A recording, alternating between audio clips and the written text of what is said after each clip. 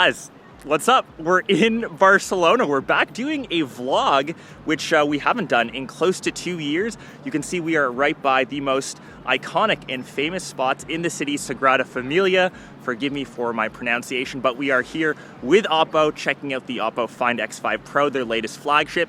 I did a live stream earlier. We are, of course, doing some real-world vlog testing on perhaps one of the coolest cameras that we've seen this year, because this phone has a custom NPU Marisilicon X. We all know that having a custom camera chip helps out with performance as it takes off the load of the main chip, which is the Snapdragon 8 Gen 1 platform. That just helps out with processing power, increasing dynamic range, and the main reason, or I guess one of the main features of this device, is its night photography. From the booth tour, they actually had this little mock area of the city of Barcelona with this main church. We are here at the real thing. Let's head inside because it's not as well lit. We'll be doing a ton of night photography testing and just testing of this phone in general. It's just great to be out doing these vlogs, bring some content to you guys, and forgive me if I am a bit rusty, as it's just weird to be traveling again. This is so awesome. Let's head inside.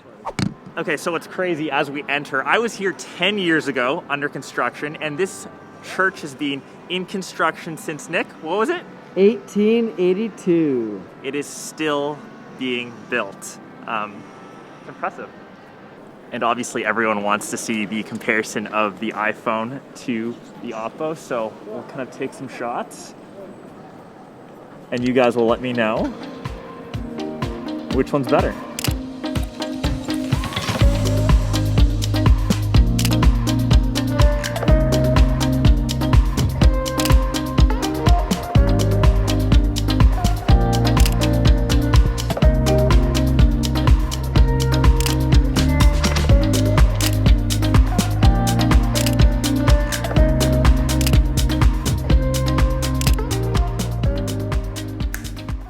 We are back in a different location now, and unfortunately the vlog had to end. For whatever reason, my microphone stopped working later on in the night. I think I sat on this because I might have had a little bit too much to drink, but we are on a different microphone setup. We are here in the south of France. This is actually my parents' place, where they usually live around half the year, but we haven't been back in 2.5 years because of COVID. So great to be back here again. This place gives me so many memories. I usually visit here at least once a year, either at the end of MWC or in the summer, just to have some downtime. So just great memories of this place. We've got tons of stuff from Toronto. I usually leave one piece of tech for my parents every time that I come here. So great to be back, and it's actually just let me use this device a bit longer now. So I've used it close to 2.5, 3 weeks. And I'm sure you saw from all the photo and video samples, this phone has really held its own.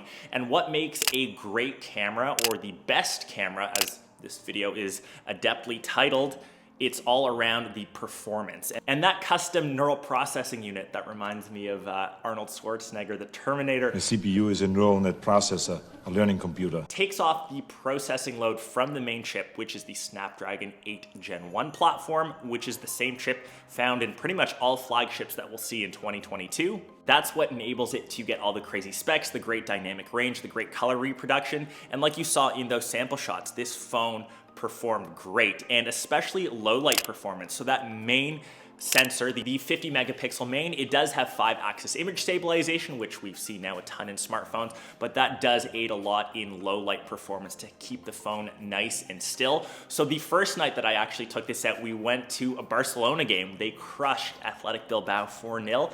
I was rocking this 11/12 away kit, which I actually bought in Camp Nou 10 years ago, or over 10 years ago, 2011, when Messi scored a brace against Real Sociedad. So I've been to a couple Barca games, and always great to be back at the stadium. I'm a huge football fan. The phone snapped some great pics, but the one thing lacking was the telephoto lens. So I mentioned 50 megapixel main, 50 megapixel ultra wide, which we'll get to. The 13 megapixel telephoto, it only gets up to 2 times optical zoom. So there's no Periscope tech or Periscope zoom. So once you get over that 10 times digital zoom, stuff seems to get a little bit grainy. So I was trying to get the last 2 goals that Pai and De Jong actually scored in injury time. I just couldn't get some of the better shots, but for the most part, being in Europe, the ultra wide lens, which is typically my favorite, just capturing all of the epic landscapes and the big churches, This is the one that I use the most. The color reproduction was great, and especially in low light, it held its own and in a lot of times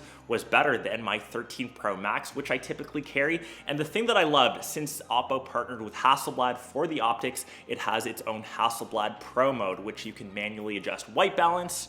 You can control shutter and ISO, but there's also a couple of visual benefits. You get the little orange shutter button, which I'm a fan of, but you also have 3 Hasselblad master photo filters. You get some special looking filters that are tweaked by the people over at Hasselblad, and it also has the Hasselblad X Pan mode, which gives a vintage shooting style in a panorama mode, which is pretty useful in Europe because we have such beautiful landscapes here, opposed to, say, Toronto, or usually where I'm from, everything is kind of flat and we just have the same style looking building. So I've used it. I wouldn't say it's a deal breaker, but it's nice to have, especially when you're on vacation like this.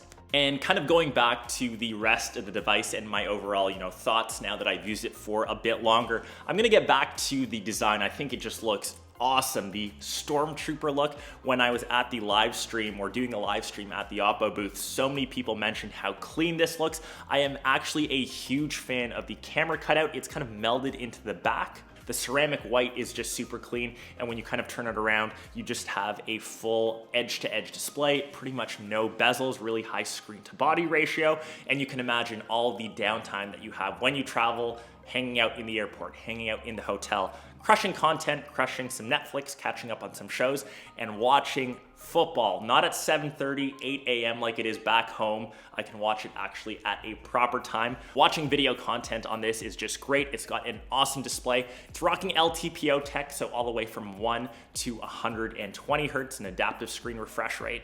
Performance-wise, they are throwing the latest silicon, so like most flagships that you'll see across this year, Snapdragon 8 Gen 1 platform, it's got 12 gigs of RAM, and even though it does have ColorOS 12, and with ColorOS, you can actually customize this a bit more than stock Android, and at MWC, I am a power extreme user, like a Super Saiyan. I am on the device from when I wake up 6:30, 7 a.m., make my way to the showroom floor, constantly on social media, uploading clips, tweets, whatever it may be, updating you guys with what is new in the world in tech. And then after that, photography tours, exploring the city, using Google Maps, GPS, watching content during downtime.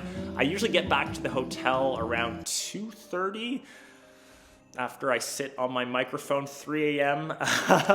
Just doing, what you do on holiday, just being out. I am usually left with 5 to 10%, so screen on time around 5.5 to 6 hours. So if you are a power user, you'll last till the end of the day. Depending on your usage, you can still sneak by with 1.5 days and even 2 if you're being a bit conservative. And what actually stole the show for me more so than the phone was OPPO's Super VOOC charging. Not that this phone has it, but on future devices, 240 watt fast charging, so 0 to 50% in 3.5 minutes, a full charge in 9 minutes.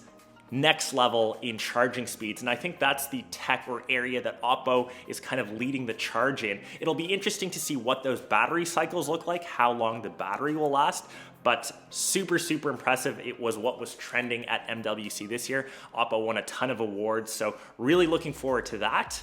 But in the end, this phone isn't completely perfect, I'll be completely honest. The telephoto, like I mentioned, only 2x optical zoom. There is no micro SD card slot. There is no headphone jack, if that's still a thing. The price might throw some people off. It's an expensive device. It's a flagship. It is very similar to the S22, S22 Ultra, the iPhone 13, around that $1,000 mark, depending what region you're in. So I don't believe this is coming to North America, but I do still think this is one of the best devices to pick up, especially if you're coming from the X3 Pro, you're looking for an upgrade.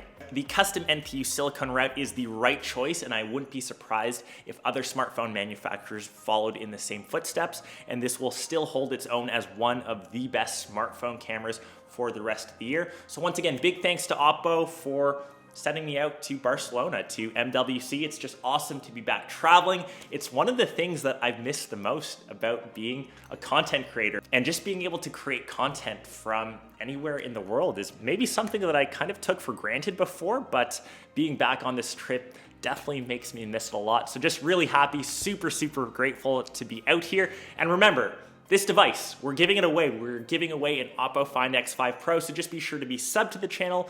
Leave a comment down below what you would use this for, what you would take photos with, what low light shots you would grab if you're going to another football game, if you're traveling the streets of whatever city you live in. Let me know. Big thanks again to you guys for watching my MWC coverage, and I will catch you when I'm back in Toronto, back in the studio again. Peace.